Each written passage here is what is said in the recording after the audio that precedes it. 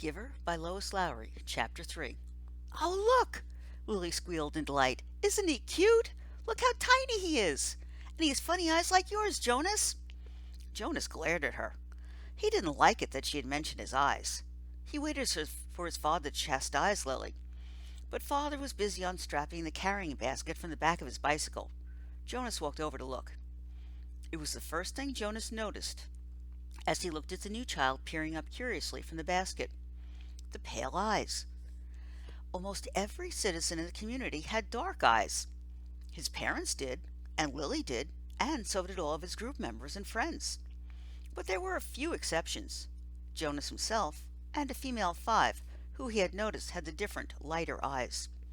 No one mentioned such things. It was not a rule, but it was considered rude to call attention to things that were unsettling or different about individuals. Lily, he decided, would have to learn that soon, or she would be called in for chastisement because of her insensitive chatter. Father put the bike into its port. Then he picked up the basket and carried it into the house. Lily followed behind, but she glanced back over her shoulder at Jonas and teased, "Maybe he had the same birth mother as you." Jonas shrugged. He followed them inside, but he had been startled by the new child's eyes. Mirrors were rare in the community. They weren't forbidden, but there was no real need of them, and Jonas had simply never bothered to look at himself very often, even when he found himself in a location where a mirror existed.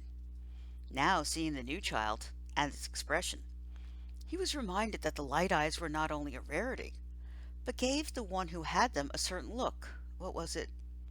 Depth, he decided, as if one were looking into the clear water of the river, down to the bottom, where things might lurk which hadn't been discovered yet. He felt self-conscious, realizing that he, too, had that look. He went to his desk, pretending not to be interested in the new child. On the other side of the room, Mother and Lily were bending over to watch as Father unwrapped its blanket.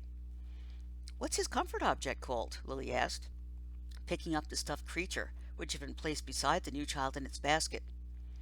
Father glanced at it. "Hippo," he said. Lily giggled at the strange word. "Hippo," she repeated, and put the comfort object down again. She peered at the unwrapped new child, who waved his arms. "I think new children are so cute," Lily sighed. "I hope I get assigned to be a birth mother." "Lily!" Mother spoke very sharply. "Don't say that! There's very little honor in that assignment." "But I was talking to Natasha. You know the 10 who lives around the corner? She does some of her volunteer hours at the birthing center, and she told me that the birth mothers get wonderful food, and they have very gentle exercise periods, and most of the time they just play games and amuse themselves while they're waiting. I think I'd like that," Lily said petulantly. 3 years, Mother told her firmly. 3 births, and that's all. After that, they are laborers for the rest of their adult lives, until the day they enter the house of the old. Is that what you want, Lily? 3 lazy years, and then hard physical labor until you're old? "Well, no, I guess not," Lily acknowledged reluctantly. Father turned the new child onto its tummy in the basket. He sat beside it and rubbed its small back with a rhythmic motion. "Anyway, Lily Billy," he said affectionately, "the birth mothers never even get to see new children. If you enjoy little ones so much, you should hope for an assignment as nurturer. When you're an 8 and you start your volunteer hours, you can try some at the nurturing center," Mother suggested. "Yes, I think I will," Lily said. She knelt beside the basket. "What did you say his name is? Gabriel?" "Hello, Gabriel," she said in a sing-song voice. Then she giggled. "Oops," she whispered. "I think he's asleep. I guess I'd better be quiet." Jonas turned to the school assignments on his desk. Some chance of that, he thought. Lily was never quiet. Probably she should hope for an assignment as speaker, so that she could sit in the office with a microphone all day making announcements. He laughed silently to himself, picturing his sister droning on in the self-important voice that all the speakers seemed to develop, saying things like, "Attention, this is a reminder to females under 9 that hair ribbons are to be neatly tied at all times." He turned toward Lily and noticed to his satisfaction that her ribbons were, as usual, undone and dangling. There would be an announcement like that quite soon, he felt certain, and it would be directed mainly at Lily, though her name, of course, would not be mentioned. Everyone would know. Everyone had known. He remembered with humiliation that the announcement, "Attention! This is a reminder to male 11s that objects are not to be removed from the recreation area, and that snacks are to be eaten, not hoarded," had been specifically directed at him, the day last month that he had taken an apple home.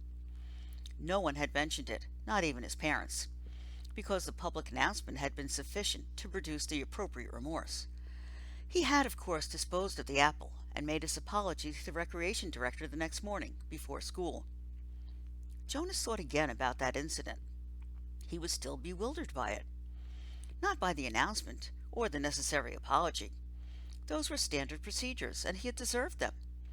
But by the incident himself. He probably should have brought up his feeling of bewilderment that very evening, when the family unit had shared their feelings of the day. But he had not been able to sort out and put words to the source of his confusion, so he had let it pass. It had happened during the recreation period, when he had been playing with Asher. Jonas had casually picked up an apple from the basket where the snacks were kept, and had thrown it to his friend. Asher had thrown it back, and they had begun a simple game of catch. There had been nothing special about it. It was an activity he had performed countless times. Throw, catch, throw, catch. It was effortless for Jonas, even boring, though Asher enjoyed it, and playing catch was a required activity for Asher, because it would improve his hand-eye coordination, which was not up to standards. But suddenly, Jonas had noticed, following the path of the apple through the air with his eyes, that the piece of fruit had, well, this was the part he couldn't adequately understand. The apple had changed. Just for an instant. It had changed in midair, he remembered. Then it was in his hand, and he looked at it carefully. But it was the same apple, unchanged. The same size and shape, a perfect sphere. The same nondescript shade, about the same shade as his own tunic. There was absolutely nothing remarkable about that apple. He had tossed it back and forth between his hands a few times, then thrown it again to Asher. And again in the air, for an instant only, it had changed. It had happened 4 times. Jonas had blinked, looked around, and then tested his eyesight, squinting at the small print on the identification badge attached to his tunic. He read his name quite clearly. He could also clearly see Asher at the other end of the throwing area, and he had had no problem catching the apple. Jonas had been completely mystified. "Ash?" he had called. "Does anything seem strange to you? About the apple?" "Yes," Asher called back, laughing. "It jumps out of my hand onto the ground." And Asher just dropped it once again. So Jonas laughed too, and with his laughter tried to ignore his uneasy conviction that something had happened. But he had taken the apple home, against the recreation area rules. That evening, before his parents and Lily arrived at the dwelling, he had held it in his hands and looked at it carefully. It was slightly bruised now, because Asher had dropped it several times, but there was nothing at all unusual about the apple. He had held a magnifying glass to it. He had tossed it several times across the room, watching, and then rolled it around and around on his desktop, waiting for the thing to happen again. But it hadn't. The only thing that happened was the announcement later that evening over the speaker. The announcement that had singled him out without using his name, that had caused both of his parents to glance meaningfully at his desk where the apple still lay. Now, sitting at his desk, starting at his schoolwork as his family hovered over the new child in its basket, he shook his head, trying to forget the odd incident. He forced himself to arrange his papers and try to study a little before the evening meal. The new child, Gabriel, stirred and whimpered, and father spoke softly to Lily, explaining the feeding procedure as he opened the container that held the formula and equipment. The evening proceeded as all evenings did in the family unit, in the dwelling, in the community. Quiet, reflective, a time for renewal and preparation for the day to come. It was different only in the addition to it of the new child, with his pale, solemn, knowing eyes.